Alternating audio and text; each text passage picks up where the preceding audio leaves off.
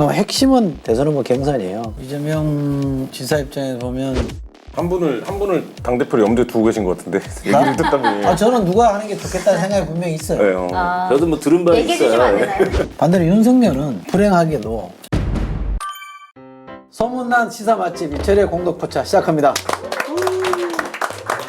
민주당이 져서 제가 위로하는 의미로 민주당 색깔의 옷을 아침에 윤철 일어나서 교수님도 같이. 작심하고 네. 저분은 모르고 입고 온 것 같은데 아무 생각 없이. 그 얘기 좀 해보죠. 이길 수 있다고 봐요? 저는 아직 가능성 남아있다고 보죠. 가능성이 남아있는 정도야? 겸손해야죠. 졌는데 지금 다음 날 우리 이길 겁니다. 뭐 이렇게 할 수 있나요? 지금 얘기되는 당권 후보자들이 홍영표, 송영길, 그다음에 우원식 이렇게 세 분 중에서 잘 이렇게 이끌어갈 만한 분이 계실까요? 있겠죠. 그거는 이제 당원들이 선택할 문제니까. 저는 그런 문제가 아니라 민주당이 지금 칼라 이번 선거에서 대패를 했던 어떤 칼라 386들 꼰대가 됐고 도덕적 우위를 맨날 강조하면서 자기네만 옳고 이쪽은 다 적으로 보고 이런 프레임으로 정치를 해왔던 사람이 맡아서 관리를 그 얘기할 때는 좀 네. 기대지 말고 네. 좀 땡겨. 네. 겸손하게 아. 좀 도와주십시오. 저희 구독자한테 겸손하게 말씀드리겠습니다. 예. 맡아서 하는 걸로 다음 대선을 간다면 위태위태라고 봅니다. 저는 예. 그것도 약간 좀 다른 생각인데 어디 이렇게 어디 가시나요? 왜? 아니.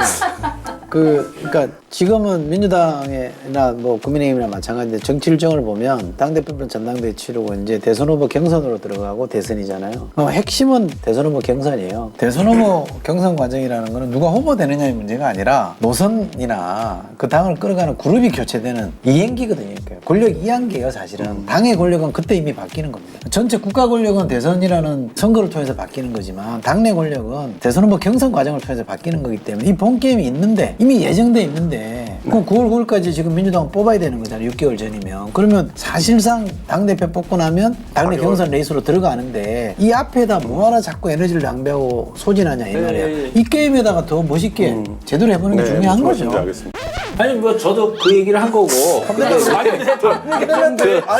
아니 그러니까 저는 향후의 대선 부분도 이재명 지사도 마찬가지예요. 지금 정체에 이제 갇혀 있잖아요. 근데 이제 뛰어넘으려면 단순하게 민주당 주의로만 접근하면 안 되고 그래서 범시민적인 차원 내에서 어떻게 다시 그걸 이제 우리는 뭐 촛불 연합이라고 하기도 했었고 촛불 동맹이라고도 했었단 말이에요. 요런 이제 그 시야를 가진 분들이 당을 좀 끌어갔으면 좋겠다. 저는 이번에 생태땅과 페레가모 방식으로 윤석열을 공격하기 시작하면 민주당이 어렵다고 봐요. 이번 선거가 드러낸 거는 민주당과 국민의힘 모두 핵심 지지층이 얇다는 거잖아요. 미국 민주당 공화당 같지 않다는 거잖아요. 가운데에 두터운 스윙버터가 있는데 이 스윙버터들이 이쪽에 태극기랑 놀 때 못 찍었다고요. 차마 여기를. 근데 지금 안타까운 말이지만 이른바 문재인 정부를 핵심적으로 지지하는 분들이 검찰을 둘러싸고 그런 방식의 공격을 계속 온라인에서 하고 있잖아요. 오늘 뭐 손혜원 전 의원 같은 경우도 이제 남은 건 검수완박이다 뭐 이런 식의 얘기를 하잖아요. 근데 저는 이런 시각으로 지금 윤석열을 공격해 가면 상당히 고전할 가능성이 있고 그 스피커들을 퇴장시켜야 된다.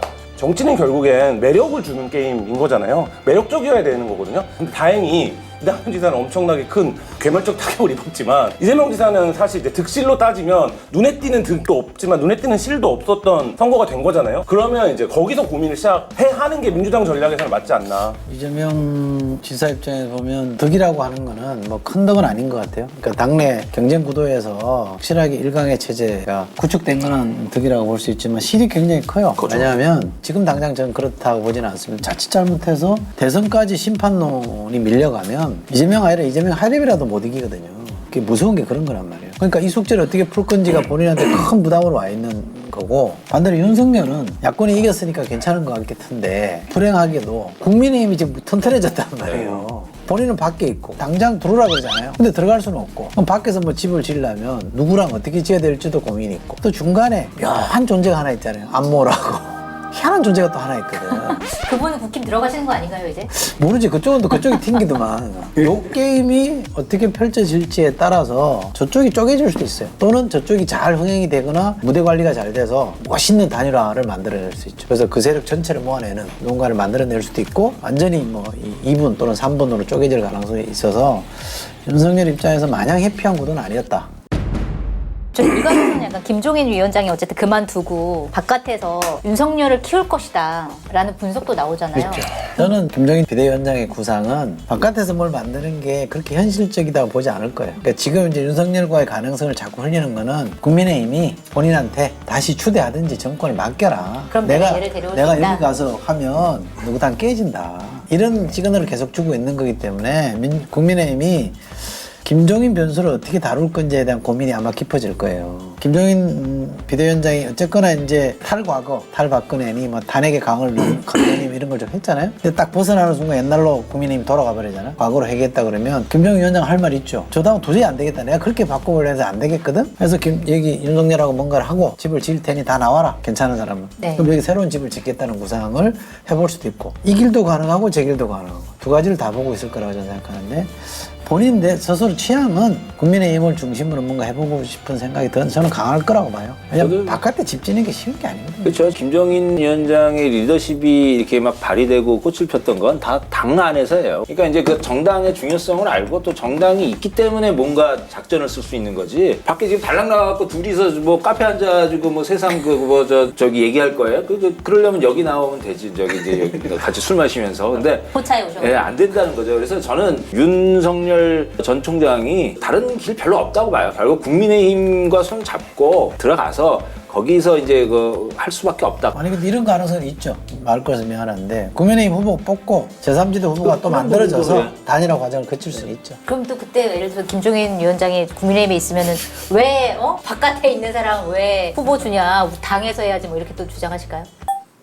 근데 어디에 있느냐에 따라 김종인 항상 어디 있는지 말을 좀 많이 바꾸죠. 그렇죠. 빨리 따져야 되니까. 아까 저는 이제 그 이재명 지사와 관련해서는 그룹을 바꿔야 된다고 한 얘기. 제가 이제 아까도 뭐 지금 화마평에 올라온 뭐 당대표급으로 얘기되는 분들은 이 그룹이 아니라 개인이고 이미 주류인 그룹에 속하는 분들이죠. 근데 이게 아니라 이제 그룹을 교체해야 된다. 당이 바꾸려면, 체질을 바꾸려면 그룹을 바꿔야 되는데 그러면 이제 이재명 지사가 당내에 그런 새로운 주류 그룹을 만드는 것까지 할 수 있느냐. 이제 이 부분이 좀 관건이에요. 그건 저는 이렇게 생각해요. 이재명 지사가 후보가 되면 주류가 돼요. 그러나 당원 수준에서 보면 주력은 친문이잖아요. 그럼 둘을 손잡아야 돼요. 공존해야 돼요. 그 공존이라는 게 서로 누가 뭐 패권을 잡겠다 이런 사람이 아니라 같이 손잡고 가느지 않으면 후보는 이쪽, 당권은 이쪽 이런 정도의 연대나 연합의 틀이 만들어져야 공존 가능하지. 그러지 않고 한쪽이 다 먹겠다 이러면 깨져요. 한 분을 당대표로 염두에 두고 계신 것 같은데 얘기를 듣다 보니. 저는 누가 하는 게 좋겠다는 생각이 분명히 있어요. 네, 저도 뭐 들은 바 얘기해 주시면 안 있어요. 되나요? 그건 이제 누굴 돕는 것처럼 보이니까 그렇게 얘기할 수는 없고 어쨌든 뭐 여기까지. 더 뭐 궁금한 거 있습니까? 저는 약간 그거 궁금해요. 예를 들어서 국힘이 김종인 위원장을 배제한 채 본인들 스스로 쇄신할 수 있을까요? 못하죠. 안 되죠. 굉장히 단호하시네. 그럼 어쨌든 김종인 위원장은 소환이 된다. 아니 소원이 될 수도 있고 아니면 자기끼리 하다가 망할 수 망할 있고. 수도 있고. 지금 이제 서울시장 선거 정도는 김종인 위원장이 제압할 수 있지만 대선판은 김종인 위원장도 마음대로 못해요. 자기 권력을 겨냥한 사람들이 김종인 말 듣고 왜 할 수는 없잖아요. 그렇죠. 그렇게 그 게임은 이미 큰판 게임이라 아마 지금보다 훨씬 더 많은 권력을 김종인 위원장이 요구할 거예요. 만약에 자기가 그쵸. 들어가게 되면 들어갈 수 있다면 요구 조건으로. 그러면 훨씬 셀 거예요. 자, 오늘 저희가 여기까지입니다. 오늘이 어제가 투표가 있었고 우리가 첫 방송 언제 시작했죠? 10월 9일. 9일.